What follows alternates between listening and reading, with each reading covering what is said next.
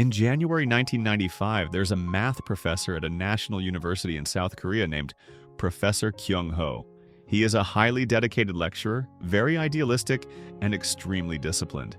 At that time, his entire career is put on the line after he clashes with the university. The president and several other professors want to alter students' exam scores so they can all meet the passing standard. Professor Kyung-ho refuses to sign off on those manipulated grades. His firm stance is seen as a problem. They say he is disrupting the system, unable to cooperate, and even accuse him of breaking internal rules. Because of that, the university fires him unilaterally. He feels the decision is deeply unjust. In the end, he leaves Korea, moves to the United States, and continues teaching there. A man who lost everything, yet refused to bend. This is unbowed. Years pass, and in 2005, the South Korean government introduces a new law. This law gives dismissed university staff who are not in a formal tenure period a chance to have their cases reviewed again. Hearing this, Professor Kyung-ho decides to return to Korea. He asks his wife, Young-hee, to go back with him. She actually does not want to relive the pain of what the university did to him, but he really wants to go home and clear his name. He files an appeal. Inside the courtroom, he actually has a good chance of winning. He is not only a respected local mathematician, but during his time in America, he has become a well-regarded lecturer as well. He asks that the students be called in as witnesses. Instead of granting that request, Judge Bong-ju simply accepts the written statement and decides that Professor Kyung-ho is indeed incompetent, purely based on that document. Once again, his attempt to regain his position is rejected. Angry and exhausted by a system that keeps denying him justice, Professor Kyung-ho reaches a breaking point. On January 15, 2007, he waits at a stairwell holding an automatic crossbow. He quietly prepares the weapon. The place he is waiting at turns out to be the apartment building where Judge Bong-ju lives. He is there on purpose, waiting for the judge to come home so he can teach him a lesson for that unfair ruling. Because of this incident, Professor Kyung-ho is arrested. Judge Bong-ju survives, but the story explodes in the media. The motive is obvious. A former professor who lost everything over a court decision has gone after the judge who ruled against him. Now, after attacking a judge, Professor Kyung-ho is facing a very heavy punishment. After the arrest, Young-hee begins searching for a strong defense attorney who can help her husband. She eventually finds someone named Park Jun, a lawyer who once defended another professor who was unfairly fired by a university. At first, Park Jun refuses to take the case, but after seeing how desperate Young-hee is, he agrees to at least listen to the full story. This situation is not simple. Kyung-ho is not just an academic who lost his career. He is now a suspect in an attempted attack on a judge, and the public attention around the case is intense. After hearing everything, Park Jun apologizes and says he might not be the right lawyer for this fight. His manager, Lee, tries convincing him by pointing out how much attention the case is getting. If he wins, he becomes highly respected. Even if he loses, his name will still spread everywhere. But Park Jun refuses because, to him, the case offers no financial benefit. There was a time when Park Jun was known as a passionate activist lawyer. But after having 2 children and dealing with financial pressure from his family, everything changed. Now he works mostly for survival, not idealism. The next day, he stops by the courthouse to meet another lawyer and is given a simple fraud case to handle. The judge assigned to it went to school with him, so winning should be easy. He is even paid in advance, which helps his financial situation. Right as he prepares to leave, he spots Young-hee in the hallway. At first, he tries to avoid her, but something holds him back. Instead of walking away, he turns and enters the courtroom, where the 7th hearing of Kyung-ho's case is already in session. Inside, Judge Bong-ju is now a witness. He explains what happened the night of the confrontation. He describes an arrow stuck in his right side, how he managed to pull it out, and how he handed the bent arrow to his driver afterward. When asked how an arrow pulled straight from his body could have a blunt tip, Bong-ju has no explanation. From the defendant's seat, Professor Kyung-ho calls out that the testimony is false. Because his previous lawyer failed to defend him properly, Kyung-ho steps in and argues for himself. He reminds everyone in the courtroom of how Bong-ju mishandled his earlier appeal, ignoring proper legal procedure and integrity. The judge tries to stop him, saying the statements are not relevant to the current charge. But to Kyung-ho, this is the entire foundation of why everything escalated in the first place. If justice had been served earlier, none of this would have happened. the judge continues to dismiss his reasoning. So Kyung-ho rejects the trial altogether and fires his attorney on the spot. While sitting in the gallery, Park Jun notices a familiar face beside him. It is a journalist he knew back in high school named Yoon Seo. After the hearing ends, the two catch up and decide to grab a drink. Before they can leave, Young-hee approaches and interrupts, which leads to all three of them ending up together. Over drinks, Yoon Seo asks the obvious question. Why is Park Jun refusing the case? Park Jun tries to stay practical. In his mind, only a foolish person would shoot a judge with a crossbow and expect sympathy from the legal system. Just as he says that, his phone rings. It is bad news. The fraud case he was given earlier that day has been canceled, and the client even demands the advance payment back. The timing could not be worse. With no money, no case, and no courage to face his wife, Park Jun drinks even more and ends up staying in a cheap motel for the night. Meanwhile, Young-hee meets with a growing group of supporters. To them, Professor Kyung-ho is not a criminal. He is a symbol. Someone bold enough to stand up against corruption and unfair power. But despite their passion, none of them can find a lawyer capable of going head-to-head with prosecutors and judges. That is when Yoon Seo suggests the only person she believes can do it. Park Jun. Young-hee does not like his drinking habits, but at this point there are no alternatives. After enough convincing and with no clients left to defend, Park Jun finally agrees to visit Kyung-ho and talk one more time before making a decision. During their meeting, Kyung-ho explains that he is tired of being pushed by his previous lawyer to apologize and pretend he regrets what happened. They all know he never committed the crime they are accusing him of. This confuses Park Jun. In his mind, the evidence seems obvious. There was a crossbow, there was an injury, and everything points to an attack. Then Kyung-ho says something unexpected. He never fired the arrow. He explains his view of the law. To him, Korean law is structured, precise, and clear. He compares it to mathematics. If the question is correct, the answer should always be correct. So in his mind, he was not attacking the judge. He was trying to teach him how the law is supposed to function. At that moment, Park Jun realizes just how deeply idealistic this man is. His rigid way of thinking leaves little room for compromise or strategy. And because of that, Park Jun decides he cannot take the case. Once again, he turns to alcohol. Yoon Seo becomes frustrated and disappointed, especially after fighting so hard to convince Young-hee. But for Park Jun, the conclusion seems simple. Someone like Professor Kyung-ho does not need a lawyer. Around this time, Park Jun receives a reminder call from his manager Lee, telling him he must appear in court the next morning. But he is still drunk, so Yoon Seo lets him sleep in the car overnight. The next morning, she drives him to the courthouse where manager Lee is already waiting. While Park Jun is inside handling his work, Lee and Yoon Seo sit down for coffee. Lee begins sharing something she never knew. Years ago, Park Jun was a completely different person. He used to be an activist lawyer who cared deeply about justice. Back in 2001, he joined a workers' rights protest and helped lead their demands. But things escalated, and the police responded violently. He barely escaped serious harm only because the authorities recognized he was a lawyer.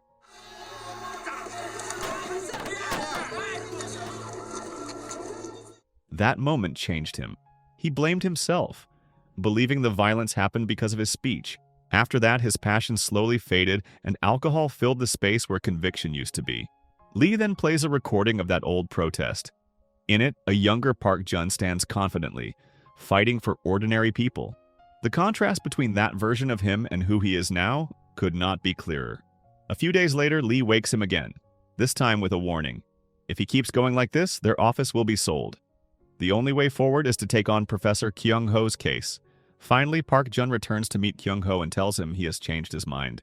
He will take the case. He asks the question that still bothers him. Why did Kyung-ho bring a weapon in the first place? Kyung-ho explains that the crossbow was never meant for violence. He brought it to release stress at a shooting range.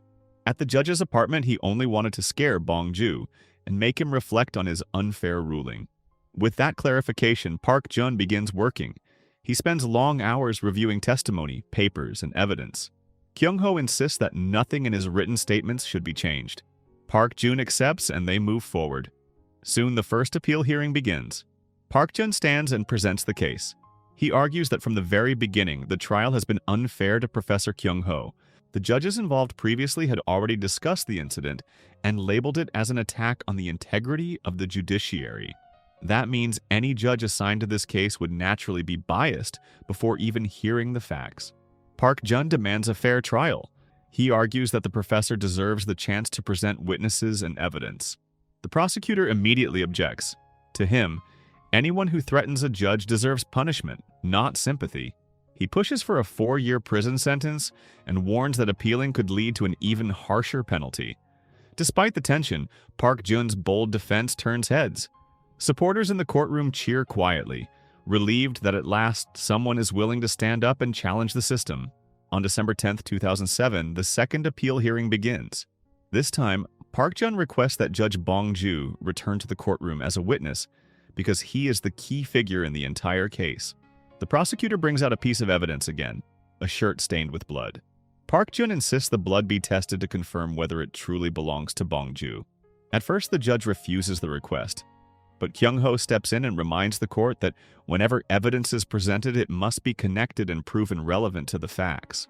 Park Jun supports the point, saying that blood verification is a basic forensic procedure. The prosecutor pushes back and argues it is unnecessary since the hospital already confirmed the injury and treatment. Kyung-ho then states openly that the wound did not come from his arrow. Originally, Bong Ju had presented the broken arrow as evidence, but now the prosecutor has replaced it with a complete, undamaged one. The change raises even more suspicion.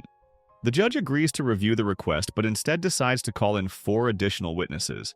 These include the officer who collected the arrows, the officer who filed the report, the attending doctor, and the paramedic who first saw Bong Ju's injury. After the hearing, Young-hee quietly thanks Park Jun. Even though her husband is stubborn and unpredictable, Park Jun manages to handle him with patience and strategy.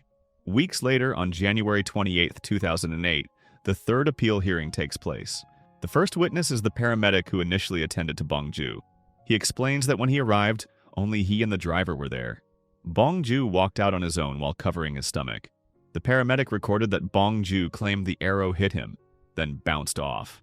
After hearing that testimony, the prosecutor has no further questions, which surprises the judge. Next, the doctor who treated Bong Ju is called. He explains that the injury required 3 weeks of care and confirms that he personally examined it.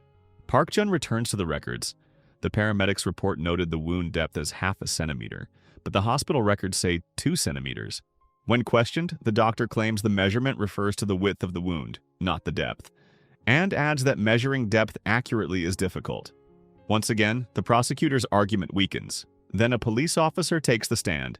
He is the one who collected the arrows. His testimony does not match the written report. He claims he collected 3 intact arrows outside the door, but according to the driver's statement, 1 arrow was broken while 2 were intact. So Park Jun asks the obvious question: did the officer also pick up the broken arrow? The officer answers with a simple word: no. And with that response, the cracks in the prosecution's case become impossible to ignore. As the tension rises in the courtroom, both Kyung-ho and Park Jun rush to speak. Kyung-ho accuses the prosecution of removing evidence and demands that the missing broken arrow be produced. His frustration is no longer quiet or subtle. He wants answers. Next, a detective responsible for storing Bong Ju's clothing takes the stand. Park Jun questions him carefully, confirming whether the clothes shown truly belonged to the judge that night. Then he points out something strange. The undershirt has blood stains, but the dress shirt worn on top is completely clean. The detective suggests maybe the blood did not soak through, but that explanation collapses quickly when Park Jun points out that the outer jacket, worn over the shirt, does have visible blood on it. The inconsistency leaves the detective speechless. Even the prosecutor has nothing more to say. Then Kyung-ho stands and directs a harsh question toward the prosecutor. Every witness so far has exposed contradictions in Bong Ju's testimony, yet the prosecutor refuses to cross-examine any of them. To Kyung-ho, that silence is proof the state has already given up and quietly acknowledges his innocence. The judge steps in, saying the final decision will be delivered after the hearing, not now. But Kyung-ho is tired of delays, vague statements, and constant instructions to file more appeals. He insists the prosecutor state his conclusion in the courtroom.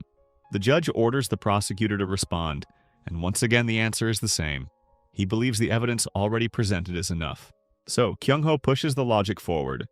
If the evidence is complete and every witness has contradicted it, that means the evidence is fake, which leaves only 2 explanations. Either Bong Ju injured himself, or the prosecution fabricated the evidence. The judge reacts sharply. If that were true, then Kyung-ho would not be guilty. But he reminds him that court procedures must still be followed. Even then, Kyung-ho does not back down. He keeps pressing until the judge raises his voice, insisting that only he has the authority to determine what the evidence means. 판사를 거쳐봤는데 그런 말 하지 마세요. The argument continues when the judge refuses again to allow the blood test. He claims it cannot be done because no sample is available. Park Jun immediately pushes back, saying this is a basic procedure and absolutely possible. The judge dismisses it entirely and even states that such testing is inappropriate. People in the gallery exchange uncomfortable expressions, stunned by the reasoning. Park Jun challenges the logic one more time, demanding to know how a court cannot issue a simple order to verify evidence. The judge abruptly shuts the discussion down and rejects the request. Park Jun is furious. And then, once again, Kyung-ho speaks. He calmly cites the law, explaining that giving false testimony while sworn under oath is a criminal act, and Bong-ju should be held accountable under Article 152. The judge snaps back, saying only he has the authority to make such decisions. But Kyung-ho remains firm. He demands that the final ruling be delivered at the next hearing. After the heated session ends, Kyung-ho submits a constitutional appeal. In that document, he argues that verifying the blood evidence is part of his legal right to a fair trial. Before boarding a bus, he speaks briefly to Eun Seo, the journalist, and tells her that what just happened in court was nothing more than a ridiculous performance. Eun Seo publishes the story, and it spreads quickly. Public opinion begins to shift. People start seeing Kyung-ho not as a criminal, but as someone standing up against a broken justice system. Soon, petitions appear online demanding his release. Protests form outside courthouses. More and more supporters join his cause. Then, unexpected news arrives. The judge overseeing the case resigns before delivering the verdict. Supporters celebrate, believing this is proof that even the judge could no longer justify the trial. But with his resignation, the process resets, and everything returns to the beginning. Shortly after, Eun Seo learns something troubling. High-level judicial officials have met privately to discuss the case, and they plan to take a much harsher approach moving forward. Word spreads that a new judge will take over. His name is Shin Jae-yol, and among lawyers he is known for being ruthless. Many believe he will be far tougher on Kyung-ho than anyone before. Still, Kyung-ho prepares himself. On February 25, 2008, the fourth appeal hearing begins. Right away, Judge Shin announces that there will be no written transcript and no audio recording.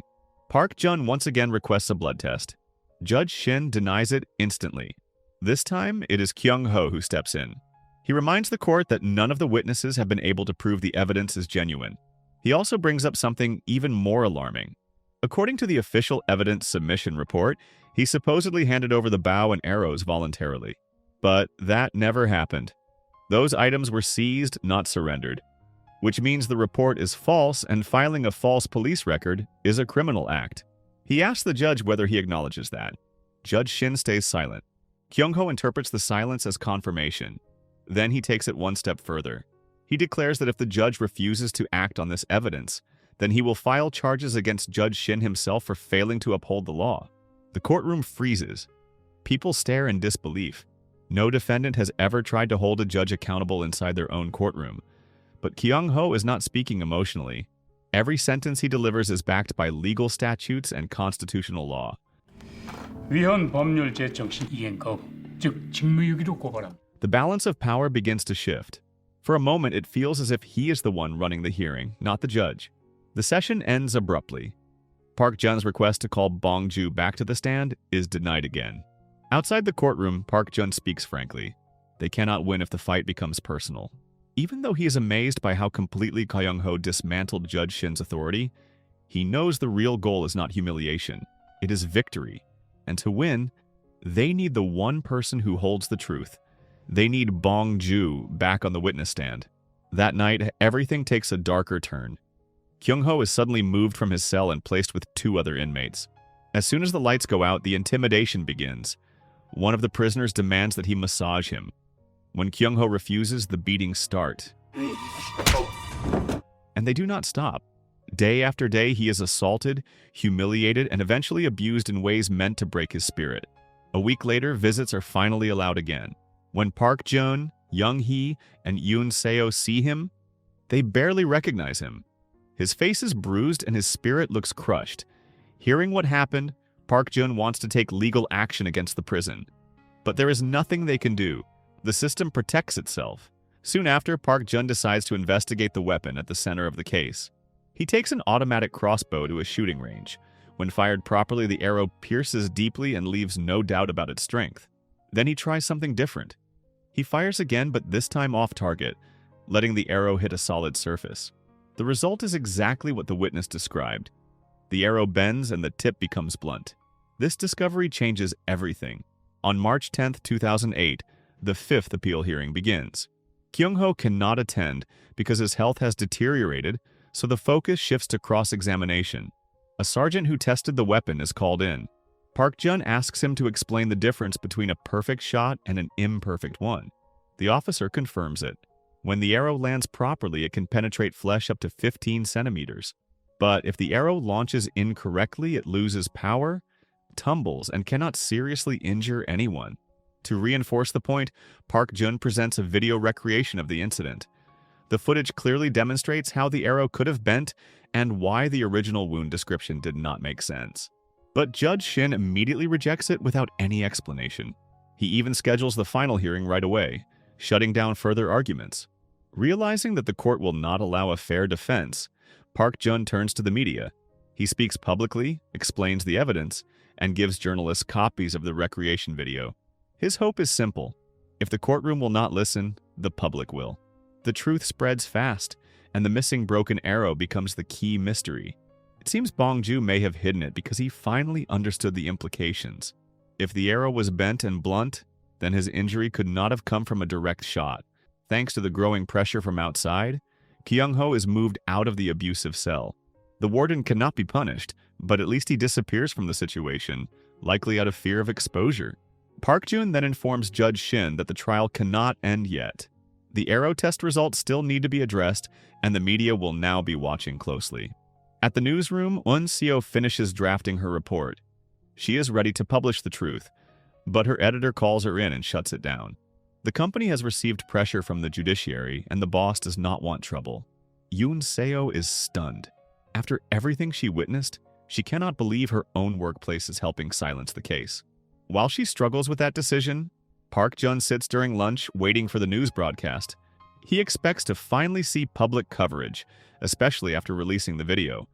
But nothing appears. Not one channel reports it. Confused and frustrated, he calls another journalist. That is when he learns the truth. Every newsroom received the same pressure.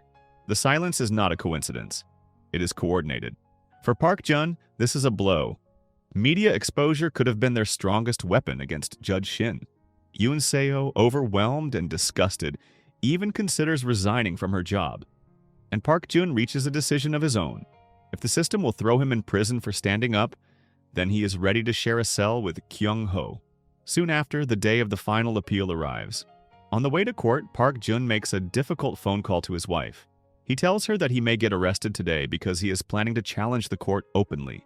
He asks her to take care of the children just in case. Then the final hearing begins. Right away, Park Jun demands to know why the recreation video is still being blocked. It is part of his right as defense counsel. Judge Shin refuses, dismissing the request with no explanation. Even when Park Jun formally submits a motion to present it, the judge denies it again without hesitation. Kyung-ho can no longer stay silent. He reminds the court that previous judges handled the case fairly enough to step down when they could not continue. Judge Shin, however, shows no fairness at all. So Kyung-ho files a motion to challenge the judge's authority and then walks out of the courtroom. Judge Shin continues the hearing without him. Seeing what is happening, Park Jun also walks out, trying to halt the session by removing the legal defense. But the court refuses to pause. They announce they will simply assign a state lawyer and proceed anyway. Realizing the trial will continue with or without them, Park Jun returns to the courtroom, despite knowing how unfair it will be. The prosecutor presents his final points. He admits that the evidence was seized, not voluntarily given. He also admits the broken arrow is missing, and says he cannot explain the missing bloodstains on the clothing. At this point, there is virtually no evidence left supporting the original accusation. Still, Judge Shin refuses to acknowledge any of it. Park Jun pushes again for cross-examination and for Bong-ju to return to the stand. He also demands the blood test the court has avoided since the beginning, but every request is rejected. Yes, Professor Kyung-ho brought a crossbow, but he never intended to harm anyone. The act was symbolic, a desperate attempt to resist a system that dismissed his voice and erased due process. The real wrongdoing lies in the false statements and fabricated evidence. Yet even with that truth exposed, Judge Shin continues shutting down every motion and moves toward closing the hearing. As the final moments of the hearing unfold, the atmosphere inside the courtroom begins to boil. People watching grow angry and frustrated. To them, the entire trial feels meaningless. No matter what evidence is presented, Bong Ju is protected and nothing touches him. Judge Shin's attitude only makes things worse. The public finally snaps. Some even throw rotten eggs toward the judge's bench. Park Jun himself reaches a breaking point. He grips a bottle of water, ready to throw it, fueled by anger and helplessness. But before he crosses that line, Yoon Seo steps in and stops him. Despite the chaos, Judge Shin calmly orders the prosecutor to read the sentencing request. The demand is clear: 4 years in prison. Park Jun gives his final statement. He reminds the court and everyone watching that not a single piece of evidence proves Kyung-ho is guilty.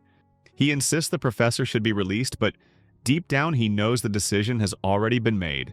He calls out the system for punishing someone not because of crime, but because challenging authority is seen as more dangerous than wrongdoing itself. To him, Kyung-ho is not harming the justice system. He is exposing it. The court rejects the appeal. Even with this outcome, Park Jun refuses to stop. He announces plans to appeal to the Supreme Court. Meanwhile, Kyung-ho files a formal petition, demanding that judges should never be allowed to oversee cases involving their colleagues. He thanks Park Jun for fighting beside him. Then he prepares to face the sentence, believing his punishment is proof of how flawed the system truly is. He is transferred to Onsan prison. Inside, guards run the place through intimidation and humiliation, but Kyung-ho refuses to obey anything that violates human rights. Instead of shrinking under pressure, he calmly teaches the guards the law they should be following. Slowly, the power dynamic shifts. The guards who once tried to break him now avoid him. After serving all 4 years, Professor Kim walks free.